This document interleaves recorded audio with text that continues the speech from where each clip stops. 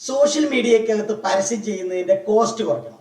ഒത്തിരി മൈക്രോ സംരംഭകർ എന്നോട് ചോദിക്കുന്ന ഒരു പ്രധാനപ്പെട്ട കാര്യമാണ്, അല്ലെങ്കിൽ ഉന്നയിക്കുന്ന ഒരു പ്രധാനപ്പെട്ട പ്രശ്നമാണ്, സോഷ്യൽ മീഡിയക്കകത്ത് പരസ്യം ചെയ്യുമ്പോൾ വലിയ രൂപത്തിൽ കോസ്റ്റ് കൂടുന്നു, അത് കുറയ്ക്കാനുള്ള വഴി എന്താ?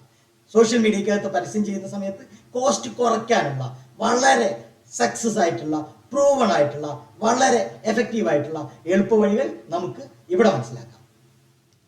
പ്രധാനപ്പെട്ട ഒരു കാര്യം എന്ന് പറയുന്നത് ക്ലിയർ ആയിട്ടുള്ള ഗോൾസ് സെറ്റ് ചെയ്യുക എന്നുള്ളതാണ്. അതായത് നിങ്ങൾ എന്തിനാണ് പരസ്യം ചെയ്യുന്നത്? അത് അവയർനെസ്സിനാണോ, വെബിലേക്ക് ട്രാഫിക് കൊണ്ടുവരാനാണോ, ലീഡ് ജനറേറ്റ് ചെയ്യാനാണോ എന്നുള്ളത് കൃത്യമായി മനസ്സിലാക്കണം. നിങ്ങൾ ഓരോ പരസ്യവും ചെയ്യുന്ന സമയത്ത് അതിൻ്റെ ലക്ഷ്യം എന്താണ്? ആ പരസ്യത്തിലൂടെ ഡയറക്റ്റ് സെയിൽസ് ആണെങ്കിൽ ലീഡ് ആഡ് അല്ലെങ്കിൽ സെയിൽസ് ആഡാണ് ചെയ്യേണ്ടത്. അതേസമയത്ത് നമ്മുടെ വെബ്സൈറ്റിലേക്ക് ട്രാഫിക് കൊണ്ടുവരണം, പരമാവധി ആളുകൾ വെബ്സൈറ്റിൽ കയറണം എന്നാണെങ്കിൽ ട്രാഫിക്കാണ് ചെയ്യേണ്ടത്. നമുക്കൊരു ആപ്പ് ഉണ്ട്, മൊബൈൽ ആപ്പ് ഉണ്ട്, അത് പ്രൊമോട്ട് ചെയ്യാനാണെങ്കിൽ ആപ്പ് പ്രൊമോഷനാണ് ചെയ്യേണ്ടത്. നമ്മുടെ പേജിനകത്ത് കുറേ ലൈക്ക് കിട്ടണമെങ്കിൽ എൻഗേജ്മെൻറ്റ് ചെയ്യണം. അങ്ങനെ ക്ലിയർ ആയിട്ടുള്ള ഗോൾ സെറ്റ് ചെയ്ത് മാത്രം അഡ്വർടൈസ്മെൻറ്റ് ചെയ്യുക. മറ്റൊരു കാര്യം എന്താണ്? റൈറ്റ് ആയിട്ടുള്ള ഓഡിയൻസിനെ ടാർഗറ്റ് ചെയ്യുക. നിങ്ങൾ ടാർഗറ്റ് ഓഡിയൻസിനെ നാരോ ചെയ്യുക. പലപ്പോഴും നമ്മളെന്താ ഈ ഓഡിയൻസ് ടാർഗറ്റിംഗ് അങ്ങ് വിട്ടുകളയും. എന്നിട്ട് നമ്മുടെ ആഡ്, നമ്മുടെ പരസ്യം എല്ലാവരും ഇങ്ങനെ കണ്ടുകൊണ്ടിരിക്കുക. ആരൊക്കെ കാണണം, ആരൊക്കെ കാണണ്ട എന്ന കാര്യത്തിൽ നമുക്ക് യാതൊരുവിധ ധാരണയില്ല എന്നുള്ള സാഹചര്യം. അത് മാറ്റണം. കൃത്യമായ ഓഡിയൻസ് മാത്രം നിങ്ങളുടെ പരസ്യം കാണുന്നു എന്ന് ഉറപ്പുവരുത്തുക. അതുപോലെ തന്നെ ആഡിൻ്റെ ക്രിയേറ്റീവ് റിലവൻ്റ് ആയിരിക്കുക. നല്ല റിലവൻ്റ് ആയിട്ടുള്ള ക്രിയേറ്റീവ്, കസ്റ്റമേഴ്സിനെ ക്യാപ്ചർ ചെയ്യാം, അവരുടെ മനസ്സിനെ ക്യാപ്ചർ ചെയ്യാവുന്ന, അറ്റൻഷൻ ക്യാപ്ചർ ചെയ്യാവുന്ന കണ്ടന്റ്, ഹുക്ക് പോയിന്റ്, ക്യാപ്ഷൻസ്, നല്ല ഇമേജസുകൾ. നല്ല ഇമേജസ് എന്ന് പറയുമ്പോൾ നിങ്ങളുടെ ടോപ്പിക്കുമായി റിലേറ്റഡ് ആയിട്ടുള്ള, കസ്റ്റമേഴ്സിനെ ആകർഷിക്കാൻ കഴിയാവുന്ന ഇമേജസ്. അങ്ങനെ നല്ല ക്രിയേറ്റീവ് ആയിട്ടുള്ള അഡ്വർടൈസ്മെൻറ്റ് എവിടെയെങ്കിലും ചെയ്ത് എന്തെങ്കിലുമൊക്കെ ചെയ്ത് എന്നുള്ളതല്ല. നമ്മളൊരു അഡ്വർടൈസ്മെൻറ്റ് ഉണ്ടാക്കുമ്പോൾ അതിനെക്കുറിച്ച് ഒത്തിരി ചിന്തിക്കണം. അങ്ങനെ അത് ക്രിയേറ്റ് ചെയ്തെടുക്കണം. വളരെ എളുപ്പ വഴികളൊക്കെ നമ്മുടെ മുമ്പിലുണ്ട്, ഒത്തിരി വഴികളുണ്ട്. വളരെ എളുപ്പത്തിൽ എന്താ പറയുക, അപ്പം ചുടുന്നത് പോലെ എന്നൊക്കെ പറയുന്ന ഒരു ഫ്രേസ് ഇല്ലേ, അതുപോലെ നമുക്ക് വേണമെങ്കിൽ ഇത് ചെയ്തെടുക്കാം. പക്ഷേ നിങ്ങൾ ഓരോ പരസ്യം ചെയ്യുമ്പോഴും കൃത്യമായി അത് ആരെയാണ് ലക്ഷ്യം വെക്കുന്നത്, അതിൻ്റെ ഇമേജ് എന്തായിരിക്കണം, അതിൻ്റെ കണ്ടന്റ് എന്തായിരിക്കണം എന്നൊക്കെ നന്നായിട്ട് ചിന്തിച്ച് ആലോചിച്ച് മാത്രം ചെയ്യുക എന്നുള്ളതാണ് കോസ്റ്റ് കുറയ്ക്കാൻ, സോഷ്യൽ മീഡിയ അഡ്വർടൈസ്മെൻറ്റ് കോസ്റ്റ് കുറയ്ക്കാൻ പറ്റുന്ന എളുപ്പമായ മറ്റൊരു വഴി. മറ്റൊന്ന് പറയുന്നത് ആഡ് ഷെഡ്യൂളിംഗ് ഒപ്റ്റിമൈസ് ചെയ്യുക എന്നുള്ളതാണ്. നമ്മുടെ ടാർഗറ്റ് ഓഡിയൻസ് എപ്പോഴാണ് ആക്റ്റീവായിട്ടുള്ളത്, ഏത് സമയത്താണ് നമ്മുടെ ടാർഗറ്റ് ഓഡിയൻസ് മാർക്കറ്റിൽ ഉണ്ടാകുന്നത്, അല്ലെങ്കിൽ നമ്മുടെ ഈ സോഷ്യൽ മീഡിയക്കകത്ത് വരുന്നത്, ആ സമയത്ത് മാത്രം നമ്മുടെ അഡ്വർടൈസ്മെൻറ്റ് കാണിക്കുക എന്നുള്ള ഓപ്ഷനുണ്ട്. എപ്പോഴും കാണിക്കണമോ അല്ല ഏത് നമുക്ക് അങ്ങനെ തീരുമാനിക്കാം. കോസ്റ്റ് കുറയ്ക്കാനുള്ളൊരു വഴിയാണ് നമ്മൾ ആ സ്പെസിഫിക് ടൈം പറഞ്ഞാൽ ആ സമയത്ത് മാത്രമായി നമ്മൾ അഡ്വർടൈസ്മെൻറ്റ് കാണിക്കാൻ വേണ്ടി നമുക്ക് കഴിയും. A/B ടെസ്റ്റിംഗ് യൂസ് ചെയ്യുക. രണ്ട് ക്രിയേറ്റീവ്സ് അല്ലെ രണ്ട് മെസ്സേജുകൾ, രണ്ട് കണ്ടന്റുകൾ, രണ്ട് ടാർഗറ്റിംഗ് ഓപ്ഷൻസ് അത് കൊടുത്തിട്ട് അതിലേതാണ് നന്നായിട്ട് വർക്ക് ചെയ്യുന്നത്, ഏതിലേക്കാണ് കൂടുതൽ റീച്ച് ചെയ്യുന്നത് നമുക്ക് മനസ്സിലാക്കാൻ കഴിയും. A/B ടെസ്റ്റിംഗ് നിങ്ങൾക്ക് ഉപയോഗിക്കാവുന്നത് കോസ്റ്റ് റെഡ്യൂസ് ചെയ്യാൻ സഹായിക്കും. മറ്റേത് ആഡ് പെർഫോമൻസ് മോണിറ്റർ ചെയ്യുക. ഒരു അഡ്വർടൈസ്മെൻറ്റ് റൺ ചെയ്യുന്ന സമയത്ത് കൃത്യമായി ഓരോ ദിവസവും നമ്മൾ ആഡ് മാനേജർ ഉപയോഗിച്ച് ആഡ് മോണിറ്റർ ചെയ്യുക.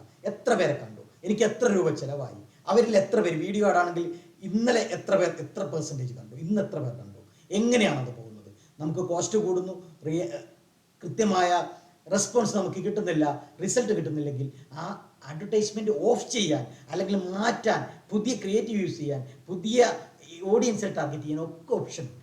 സോഷ്യൽ മീഡിയക്കകത്തുള്ള ഒരു പ്രധാനപ്പെട്ട ഗുണമാണത്. നിങ്ങൾ പ്രിന്റ് മീഡിയ അല്ലെങ്കിൽ മറ്റേത് മീഡിയക്കകത്തായാലും നിങ്ങൾ അഡ്വർടൈസ്മെൻറ്റിനകത്ത് ഒരു എമൗണ്ട് ഇൻവെസ്റ്റ് ചെയ്താൽ അത് ഇൻവെസ്റ്റ് ചെയ്തതാണ്, നിങ്ങൾക്കൊന്നും ചെയ്യാൻ കഴിയില്ല. പക്ഷേ ഡിജിറ്റൽ മാർക്കറ്റിങ്ങിനകത്ത്, സോഷ്യൽ മീഡിയക്കകത്ത് നിങ്ങൾ പരസ്യം ചെയ്യുമ്പോൾ നിങ്ങൾക്ക് തോന്നുന്ന നിമിഷം നിങ്ങൾക്കത് പോസ് ചെയ്യാം, മാറ്റാം, ചേഞ്ച് ചെയ്യാം, ഒക്കെ ചെയ്യാം. അതേപോലെ റീടാർഗറ്റിംഗ് യൂസ് ചെയ്യുക. നമ്മളുടെ അഡ്വർടൈസ്മെൻറ്റിനോട് നേരത്തെ റിയാക്ട് ചെയ്തവർ, നമ്മളുടെ വീഡിയോ ആഡാണെങ്കിൽ അത് ഇത്ര പെർസെൻറ്റേജ് കണ്ടവർ, ലൈക്ക് ചെയ്തവർ, ഷെയർ ചെയ്തവർ എന്ന് പറഞ്ഞാൽ നമ്മളെ ബിസിനസ്സുമായി ഏതെങ്കിലും തരത്തിൽ ഇൻട്രാക്ട് ചെയ്ത, നമ്മളുമായി കമ്മ്യൂണിക്കേറ്റ് ചെയ്ത, ഒരു ഇൻട്രസ്റ്റ് കാണിച്ചവരെ റീടാർഗറ്റ് ചെയ്യുന്നത് സെയിൽസ് കൂട്ടാൻ വേണ്ടി, നമ്മുടെ ആഡിൻ്റെ കോസ്റ്റ് കുറയ്ക്കാൻ വേണ്ടി സഹായിക്കും.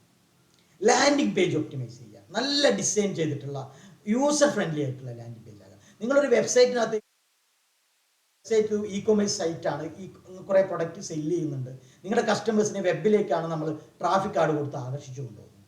അപ്പോൾ അവർക്ക് ഇഷ്ടപ്പെട്ട പ്രൈസ് സെലക്ട് ചെയ്യാൻ, ഇഷ്ടപ്പെട്ട ബ്രാൻഡ് സെലക്ട് ചെയ്യാൻ, ഇഷ്ടപ്പെട്ട അവരുടെ മറ്റ് ഫീച്ചേഴ്സ് അനുസരിച്ച് പ്രൊഡക്റ്റിനെ സെല്ല് ചെയ്യാൻ, അതേപോലെ എളുപ്പത്തിൽ പേയ്മെൻറ്റ് ചെയ്യാൻ ഒക്കെ സഹായിക്കുന്ന വളരെ യൂസർ ഫ്രണ്ട്ലി ആയിട്ടുള്ള നന്നായിട്ട് ഡിസൈൻ ചെയ്തിട്ടുള്ള ഒരു ലാൻഡിംഗ് പേജ് ഉണ്ടായിരിക്കാം. ലാൻഡിംഗ് പേജ് കോംപ്ലക്സ് ആകുമ്പോൾ പലപ്പോഴും കസ്റ്റമർ വിട്ടേച്ച് പോകും. നമ്മൾ പലപ്പോഴും കാണാറുണ്ട് പല കസ്റ്റമേഴ്സിനും ലാൻഡിംഗ് പേജ് ട്രാഫിക് ആഡ് ചെയ്യുമ്പോൾ നന്നായിട്ട് കസ്റ്റമേഴ്സ് ലാൻഡിംഗ് പേജിലേക്ക് വരുന്നുണ്ട്, 1000 ക്ലിക്ക് വരുന്നുണ്ട്, 1000 കസ്റ്റമേഴ്സ് ഒരു ദിവസം റീച്ച് ചെയ്യുന്നുണ്ട്. പക്ഷേ സെയിൽസ് നടക്കുന്നില്ല. സെയിൽസ് 10-100 നടക്കുന്നുള്ളൂ, 10% അല്ലെങ്കിൽ അതിൻ്റെ താഴെ. എന്തുകൊണ്ടാണ്? ആ ലാൻഡിംഗ് പേജ് കൂടുതൽ കോംപ്ലക്സ് ആകുന്നതുകൊണ്ടാണ്, ലാൻഡിംഗ് പേജ് നന്നായിട്ട് ഡിസൈൻ ചെയ്യാത്തതുകൊണ്ടാണ്. അപ്പോൾ അത് പ്രധാനപ്പെട്ട കാര്യം. അതേപോലെ ലുക്ക് ലൈക്ക് ഓഡിയൻസ്, നമ്മൾ കസ്റ്റം ഓഡിയൻസ് പോലെ ലുക്ക് ലൈക്ക് ഓഡിയൻസ്, 2 തരത്തിലുള്ള ഓഡിയൻസ് സെറ്റിംഗ് ഉണ്ട് ഫേസ്ബുക്കിനകത്ത്, മെറ്റയ്ക്കകത്ത്. ലുക്ക് ലൈക്ക് ഓഡിയൻസ് ഉണ്ട്, കസ്റ്റം ഓഡിയൻസ് ഉണ്ട്. കസ്റ്റം ഓഡിയൻസ് എന്ന് പറയുന്നത് നമ്മളൊരു ബണ്ടിൽ ഡാറ്റ കൊടുക്കുകയാണ്, ആ ഡാറ്റ കൊടുത്ത് ആ കസ്റ്റമേഴ്സിലേക്ക് എത്തുകയാണ്. നമ്മുടെ കയ്യിൽ നമ്മുടെ പ്രൊഡക്റ്റ് അല്ലെങ്കിൽ സർവീസ് പർച്ചേസ് ചെയ്ത ഒരു 1000 കസ്റ്റമർക്ക് ഡാറ്റ ഉണ്ടെന്നിരിക്കട്ടെ. കഴിഞ്ഞ ഒരു വർഷം അല്ലെങ്കിൽ 6 മാസം അല്ലെങ്കിൽ 2 മാസം കൊണ്ട് നമ്മുടെ പ്രൊഡക്റ്റ് അല്ലെങ്കിൽ സർവീസ് പർച്ചേസ് ചെയ്ത, നമ്മുടെ ബിസിനസ്സുമായി ഇൻട്രാക്ട് ചെയ്ത ഒരു 1000 കസ്റ്റമർ ഡാറ്റയുണ്ട്.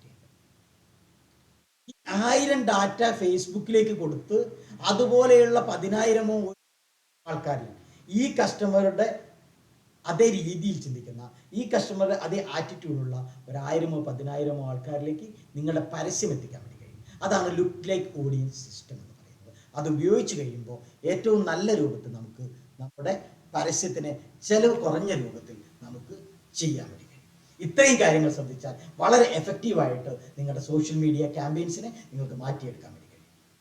വീഡിയോ നിങ്ങൾ ആദ്യമായാണ് കാണുന്നതെങ്കിൽ ലൈക്ക് ചെയ്യാനും ഷെയർ ചെയ്യാനും മറക്കരുത്.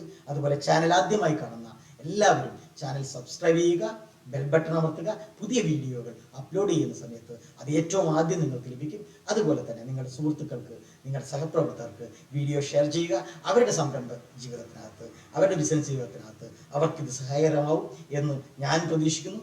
അതോടൊപ്പം പുതിയ ഒരു വിഷയവുമായി നമുക്ക് വീണ്ടും കാണാം.